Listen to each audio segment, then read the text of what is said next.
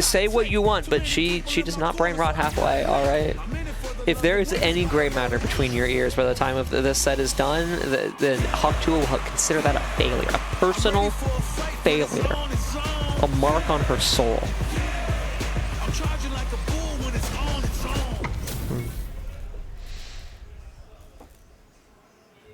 Let's go! Ring the bell! Hope you're not a sore loser. Round one. We begin. Now I'm interested to see because the you know, this Jamie champion, I'm interested to see because I know that Jamie is allegedly at least doing better than he was doing before. So I'm interested to see, and I know that Scotty's been putting in some hours with the Jamie. So I'm honestly excited to see some James Worth gameplay.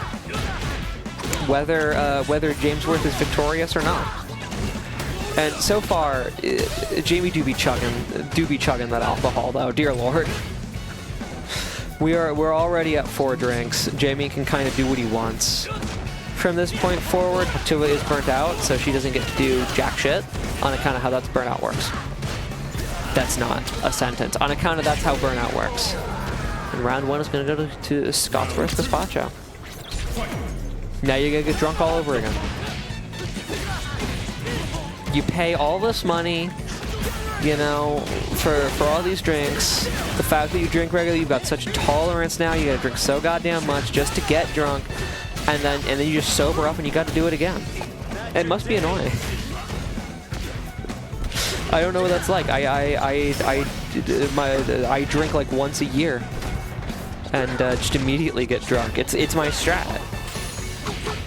If you barely ever imbibe alcohol, you won't develop a tolerance. It's true. It is unironically true. Unlike most things where I say them and then go, it's true. That is true. Yeah, it's gonna come.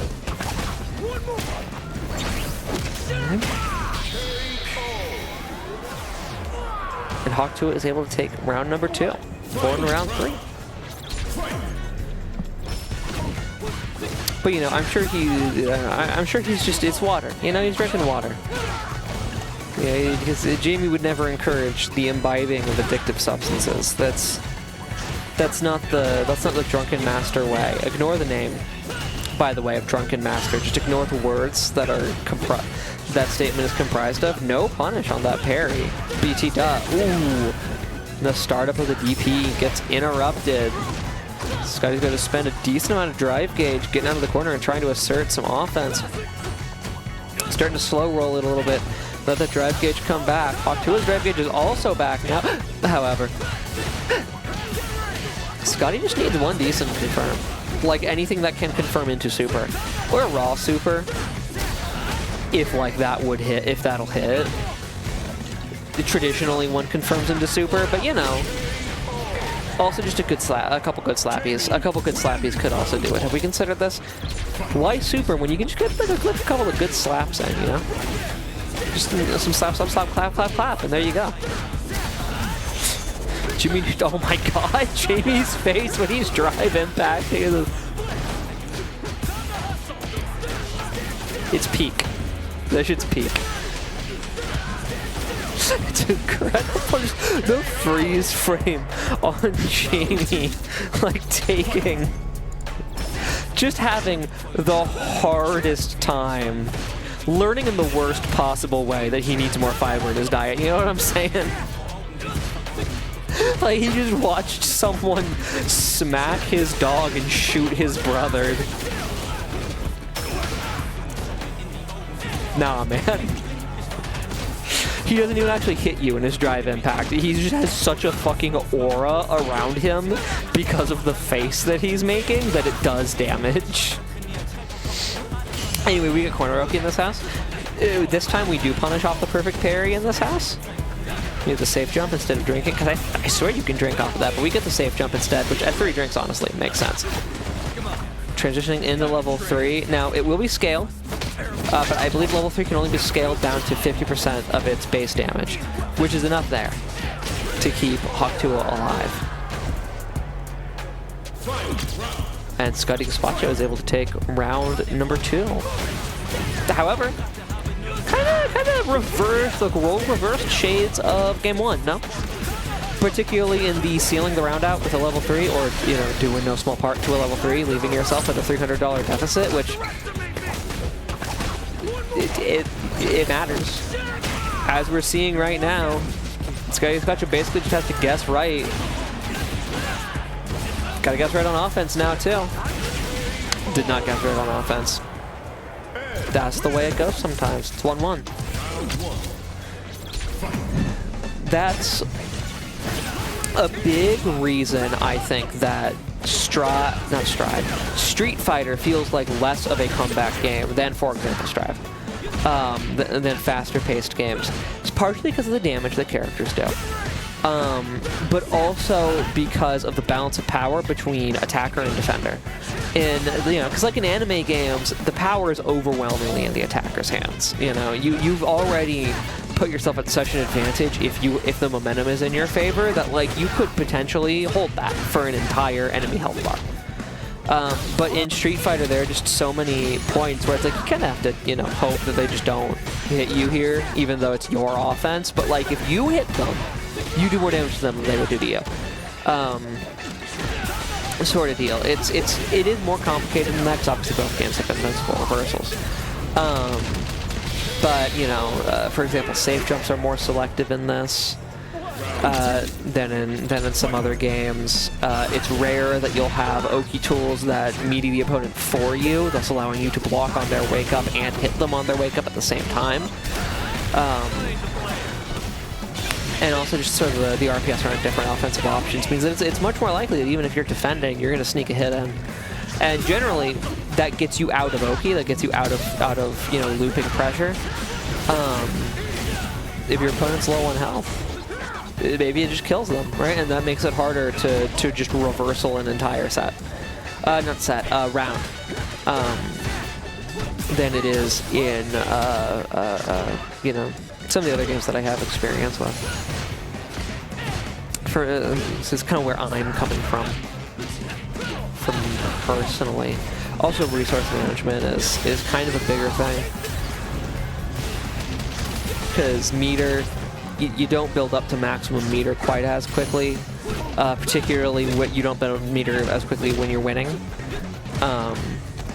as like in Strive, for instance. But also drive gauge is so important to do so many things, and it sucks so much to be out of it. So that as well. XxHawkTuah goes up 2-1, by the way, as I've been talking about the differences in pace between Streets and Striv. That is one of the throws of all time. There's some characters, man. There are some fighting game characters where you look at their throw and you're like, this is a throw? You're throwing them? Why does your throw not involve grappling them, but instead just involve like punching them in the face? Why is that how you throw them? I don't understand. And Ed kind of feels like one of those characters, and maybe a little bit of he just kind of punches you in the face. You're like, that's the throw? It's no Dulcim back throw though. That shit is abuse. That shit speaks poorly to Dulcim's character, I feel. But Sim's not here. Dulcim is not real and cannot hurt you. It's true. XxHawkTuah is on set point. ScottyGazpacho immediately taking some space to get a drink. XxHawkTuah gets in off of it, but doesn't get damage off of it. OD dive kick does not get ScottyGazpacho anything but closer to burnout. XxHawkTuah herself very, very close to burnout. Burns out at this point. Possibly creates some light here for ScottyGazpacho. He's got to compound on this advantage, take the tempo. XxHawkTuah doing a decent job here, but ScottyGazpacho has found, you know, a pretty opportune opening, I would say. Gets the final drink install. We are going to go into level 3. Okay, I gotta go fight.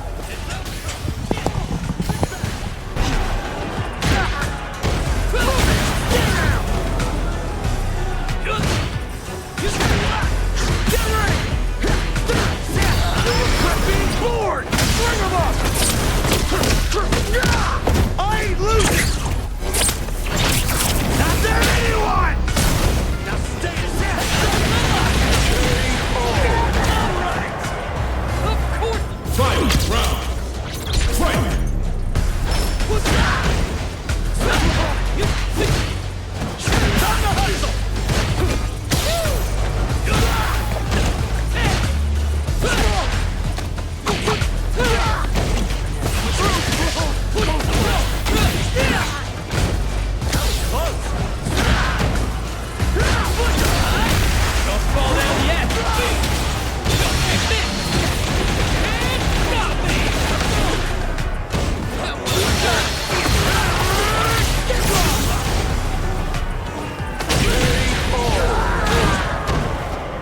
Jamie wins round 1.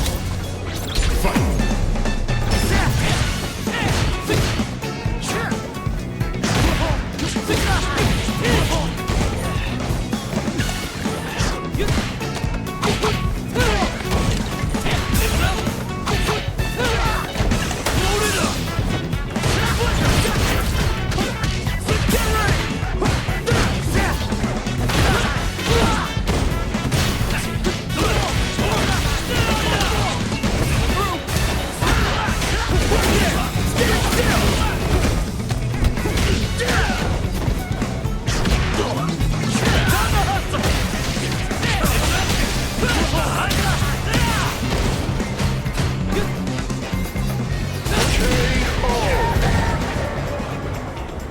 Round 2.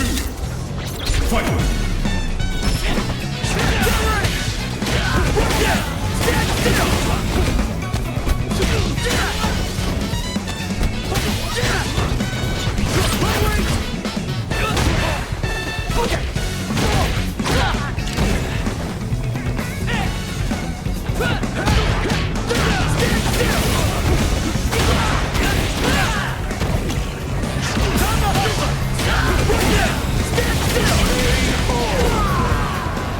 What, Donald? Fight round